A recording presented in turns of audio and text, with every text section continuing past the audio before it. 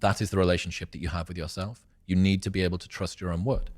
And a lot of us don't, because life is very convenient and it is easy for people to not stick to the promises that they set themselves, because our ability to be idealistic is always going to outstrip reality's ability to deliver that to us. As soon as you posit an ideal, you then begin to compare yourself to that ideal. And true hell is when the person that you are meets the person that you could have been. Sometimes I ponder how, you've probably seen this in your own life, I'm sure you have, where you'll have a friend in your life. I've got a couple of friends back home who I've tried to help in some way, maybe give some advice when they're struggling in their hardest times, and the advice has been ineffective. And then you've got another friend who will just need one idea. They'll be listening to your podcast and one idea will be the seed that changes their life. I often think that I overestimate the power of words, because everything you've said there makes perfect sense. Mm-hmm. But we both know that 95%, maybe more, of people that have just received that, it will not convert into any kind of behavior. Habits are hard to break, man. And the habit of not doing things is unbelievably difficult to get past. It's one of the problems with anyone that listens to your show or my show. You will love being cerebral, right? You will love the idea that I can use cognitive horsepower to just get myself out of problems. And there is a case of learning as masturbation, right? And believing that learning about something is the same as enacting it, and it's not. That's why it has to be action first. A quote from one of my friends that he uses when he's thinking about a concept is, does this grow corn? Basically, is it useful? Tell me how I can use this in my life. Does it grow fucking corn, right? It's this beautiful sounding concept, cognitive bias that helps me understand the way that my brain works and my relationship with everybody else. How do I use that in my life? Give me something to apply it to. And that's why with the confidence thing, choose promises that you will never break to yourself. I'm going to get up on time for the next month. I'm not going to hit the snooze button. If you do that and you look back in a month and you go, oh my God, that's the first time I've done that in forever, maybe. That's a big win.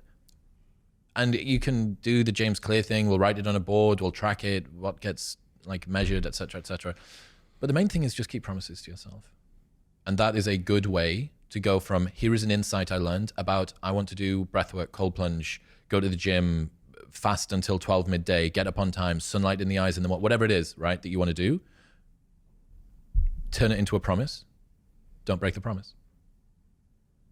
One of the really important things you said there was about the size of that first step. I was reflecting there on the way that video games are designed to make sure that every subsequent level is not too intimidating that you lose motivation, but it's not too small that you lose motivation as well. You can lose motivation on both ways. And so it's the same with crosswords and video games. They get incrementally more challenging to keep you engaged. The size of that first step is I think, a central point there, because when people listen to podcasts with people like me and you or Andrew Huberman, and they hear that they've got to maybe get up at this time, go outside, gaze, earth, put their feet on the ground, cold plunge, da-da-da-da. And I go, I'm going to do that. And I set that as my first step. Yeah. I'm set up for failure. Yeah.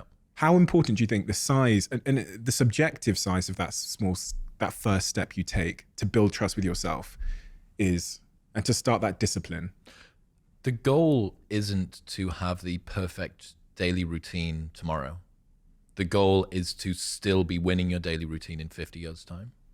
If you expand your time horizon sufficiently, you will realize that very, very tiny steps can compound. Look at the graph of mine or your followers on Spotify, especially mine, right? Because I was doing my show for so long and it's just nothing, everything. Well, why? Well, it's because it's latent leverage. It takes so many layers of paint to get there. So yes, the first step has to be incredibly small. Do that. Make it so small that you can't say no to it. And then what's next? And then what's next? So when I decided that I was going to try and become a more virtuous version of me, I was going to start telling the truth. I was going to have a morning routine. I was going to develop a meditation habit. I was going to read, all of these things that I wanted to do, none of which I did, right, toward the end of my 20s. None of which I did. All of which are now the foundation of my life. Over I don't know, 1,500 meditation sessions and all of the authors on the podcast, and et cetera, et cetera. I had to do that one step at a time. I didn't have a stable sleep and wake pattern until COVID, ever in my adult life. I'd never gone to bed and woken up at the same time for 7 days in a row until COVID, because I was running nightlife events, right? So if, no matter how difficult the setback is, even if you're a shift worker, you're a nurse, you're a parent, whatever your challenge is, just make the promise to yourself sufficiently small that even with that challenge in front of you, you can make it work.